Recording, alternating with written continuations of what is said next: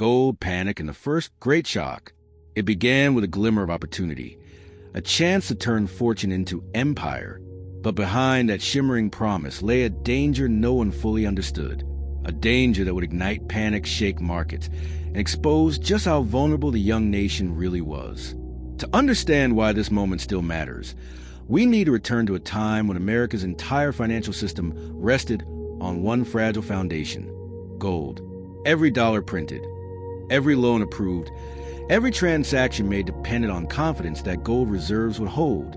It was a system elegant in theory, yet terrifying in practice, because when faith wavered, even for a moment, the entire economy felt a tremor. In those early decades, the country had an appetite for expansion. Railroads, factories, and new towns demanded more capital than ever before. Investors poured money into dreams of prosperity, convinced that golden opportunities waited on every horizon.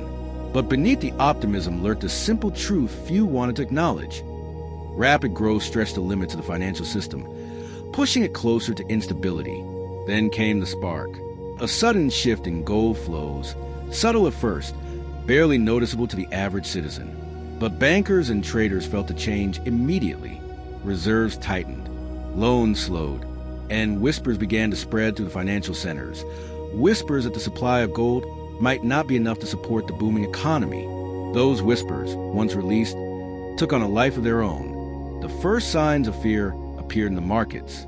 Investors hesitated, merchants delayed shipments, and citizens, sensing something was wrong, began withdrawing their savings in quiet waves.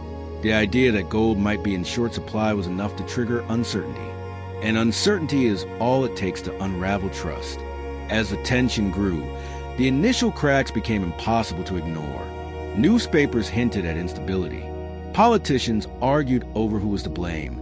And financial institutions, already strained, found themselves at the center of a growing storm. The nation was inching toward a panic it didn't yet see coming. The early beats of the crisis were subtle but relentless. A shift in reserves here, a failed investment there, a sudden spike in borrowing costs. Each event added to the pressure, tightening the grip of fear around the financial system. And though few understood the mechanics, everyone felt the unease. It was as if the country was standing on a cliff's edge, unaware of how quickly the ground beneath it could give way.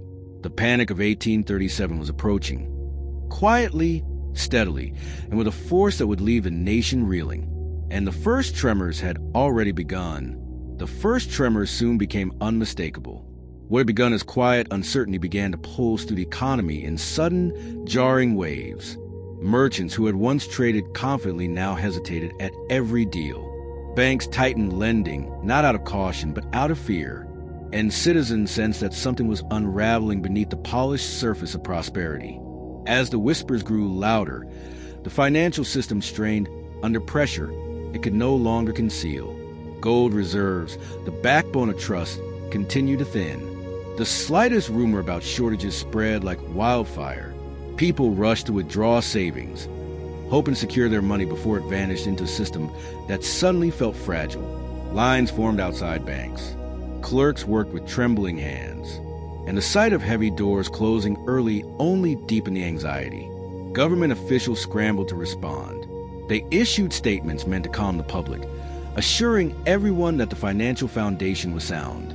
But words could not replace gold, and confidence cannot be restored once it is cracked. Each reassurance felt hollow, and the gap between official optimism and public fear widened until it could no longer be bridged. Economic indicators worsened. Investments that had seemed promising just months earlier now looked reckless.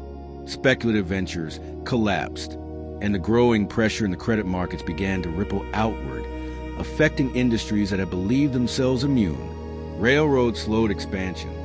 Factories reduced production. Wages stagnated as companies struggled to stay afloat. In private meetings, bankers debated desperate measures. Some considered halting withdrawals entirely. Others argued for extreme lending restrictions, hoping to preserve what little gold remained. The fear of insolvency haunted every conversation. Even the wealthiest institutions felt exposed, aware that a single wave of withdrawals could topple them. As panic tightened its grip, political tensions intensified. Leaders pointed fingers at one another, blaming policies, speculation, or foreign trade imbalances for the growing crisis. But these arguments offered no solutions.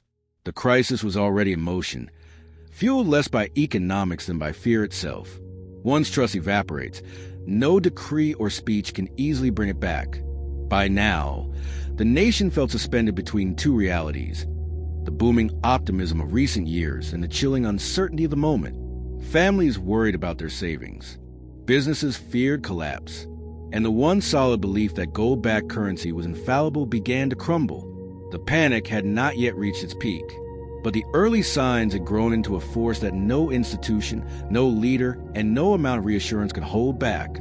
The storm was strengthening, and the country braced for the impact no one could avoid. The storm finally broke with a force that stunned the nation. What had begun as whispers and hesitation erupted into a full-scale collapse that spared no corner of the economy. Banks that had once projected confidence now faced crowds at their doors, lines of anxious citizens demanding gold that no longer existed in their vaults. Clerks whispered behind counters. Managers locked doors. Panic, once quiet, became unmistakable. As institutions began to fall, the shock traveled outward like a wave. Factories that depended on steady credit found themselves unable to secure loans. Projects halted mid-construction. Workers were dismissed without warning. Stores closed early, shelves half-stocked, and customers too fearful to spend the little money they had. In towns that had recently boomed with promise, silence replaced the sound of progress. The emotional toll deepened as the crisis unfolded. Families who had trusted their banks found their savings trapped behind locked doors. Merchants who had built their businesses over years watched their inventories lose value overnight. Investors who believed they were protected by the certainty of gold discovered that even the most stable system could crumble under the weight of fear. Politicians scrambled for solutions, but every proposal deepened the divides. Some blamed reckless lending and speculation. Others insisted that foreign pressures and falling gold reserves were responsible. The arguments grew sharper as leaders searched desperately for a narrative that could explain the chaos. But no explanation could soften the reality of lost jobs, shuttered banks, and families on the brink. As the panic intensified, newspapers fueled the emotional fire. Headlines warned of collapsing markets and failing institutions. Citizens, already anxious, felt their fears validated by every printed word. Trust, once the invisible foundation holding the financial system together, had vanished. In its absence, even minor setbacks became catalysts for greater disaster. Debt collectors appeared in towns like specters, demanding repayment from those who could no longer afford it. Loans were called in. Mortgages defaulted. The optimism that fueled expansion the previous years transformed into regret, frustration, and anger. People blamed bankers, politicians, and themselves. The conflict was everywhere, in every conversation, in every fearful glance at dwindling coins.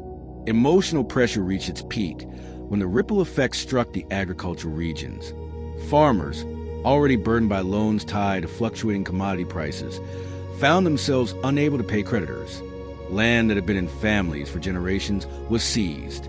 Entire communities felt the weight of decisions made in financial centers hundreds of miles away. The promise of prosperity that expansion had offered now felt like a cruel deception. By this point, the tightrope snapped. America wasn't just experiencing a financial downturn. It was confronting the fragility of a system built on confidence. The realization cut deep. Prosperity had been far more fragile than anyone wanted to believe. And now, the country stood in the wreckage of assumptions shattered by panic. The buildup had reached its emotional peak. Uncertainty gave way to fear. Fear gave way to anger, and anger turned to a sobering question. How could nation-chasing growth so eagerly fall into crisis so quickly? The answer wasn't clear. Not yet. But the climax was coming, and its impact would reshape everything. The breaking point came quietly, almost deceptively. There was no single dramatic announcement, no sudden revelation. Instead, the nation simply realized the truth. The financial system had buckled, and recovery would not arrive quickly. The panic of 1837 was no longer a looming threat. It had become a reality woven into daily life. Banks fell one after another. unable to meet the demands of desperate citizens.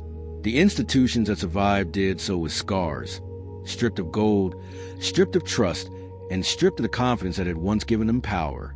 Businesses shuttered, credit evaporated, and entire regions struggled to keep their economies alive. The collapse reverberated through every industry, every household. Every dream built on the assumption that growth was unstoppable. The climax of the crisis came as the economy ground to a halt. Prices plummeted. Unemployment soared. People traded goods instead of relying on currency they no longer trusted. It was a stark reminder that every system, no matter how strong it seems, is vulnerable when belief fades. And belief had vanished. In the aftermath, reflection settled over the nation like a heavy fog. Leaders studied the collapse, searching for causes, lessons, and warnings. They realized a financial system reliant solely on gold was far more brittle than they had understood. It tied prosperity to scarcity, growth to geology, and confidence to the unpredictable ebb and flow of precious metal. The crisis revealed what had been hidden beneath the surface, a nation expanding faster than its foundation allowed. For ordinary people, the lesson was equally sobering. They saw how quickly fortune could turn, how swiftly opportunity could collapse, and how deeply financial decisions made in distant rooms could disrupt their lives. The Panic of 1837 became more than an economic event.